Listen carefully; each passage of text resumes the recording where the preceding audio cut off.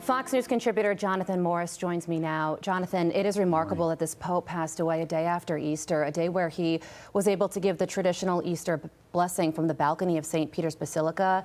He rode around in the Pope-mobile, which was the first time he was able to do that since his hospitalization, and met with Vice President JD Vance. It's almost like he was driven to take part in this last Easter Sunday before leaving this world to be with the Lord. Carly, it so reminds me of the weeks, the days leading up to the death of John Paul II. We'll remember, so many people remember John Paul II, a beloved Pope. I think Catholics, Protestants, evangelicals, all recognized in John Paul II a great leader.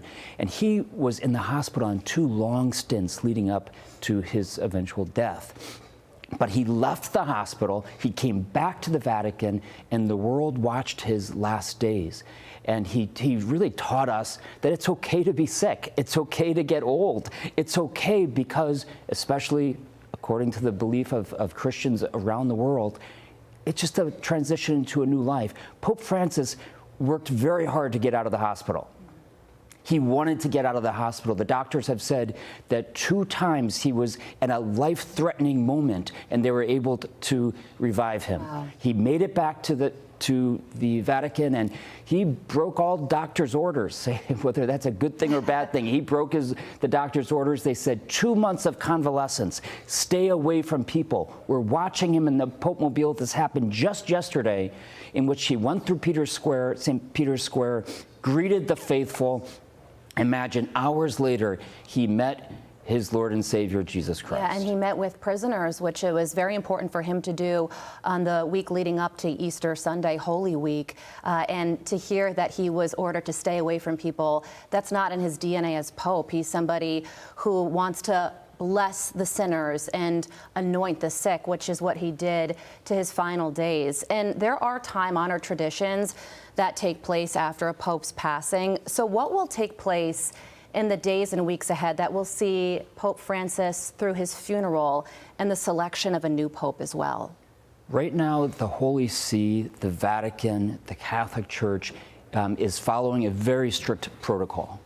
The Camerlengo made the announcement of the death of Pope Francis. That happened earlier this morning.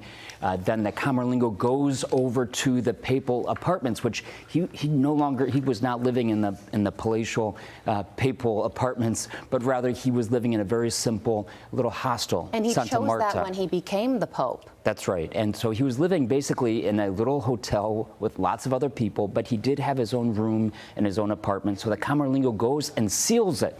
It's very old-fashioned. What is the Camerlengo?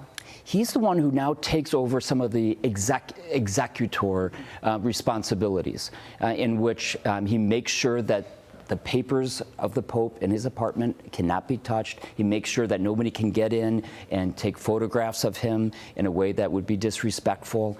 And together with the College of Cardinals, which means all of the cardinals, many of whom Pope Francis himself elected, they will be in charge of running the day-to-day operations of the church. But no big decisions are allowed.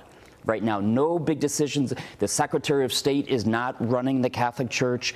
He has to step down from his regular duties.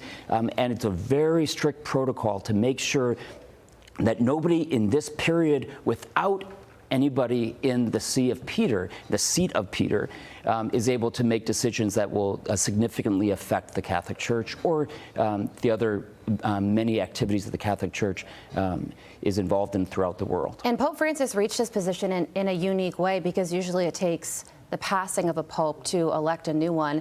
It was the resignation of Pope Benedict XVI that led to Pope Francis being selected.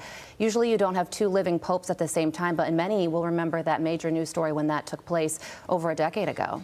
I remember it very well. I was getting ready to go on vacation, and I got the phone call from Fox. Is it possible? Is it true that Pope Benedict has resigned? I said, I can't imagine, but yet, you know what? He did write about that. Pope Benedict XVI saying that he would be willing to step aside, something that hadn't happened in centuries, if it came to that. Many people asked themselves, and the media asked out loud, Will Pope Francis also step down as he got very sick?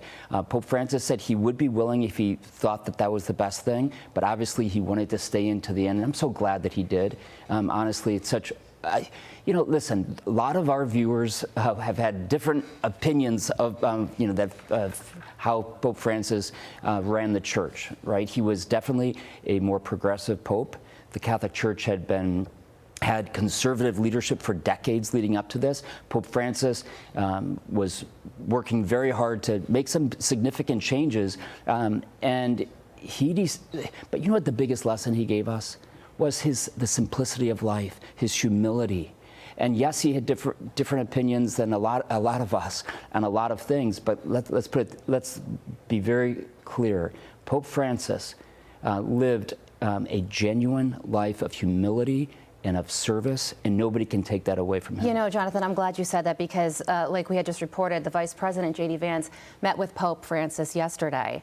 And the Vatican said after that meeting, an exchange of opinions took place concerning migrants, refugees, and prisoners. And we can all read between the lines as to what that means.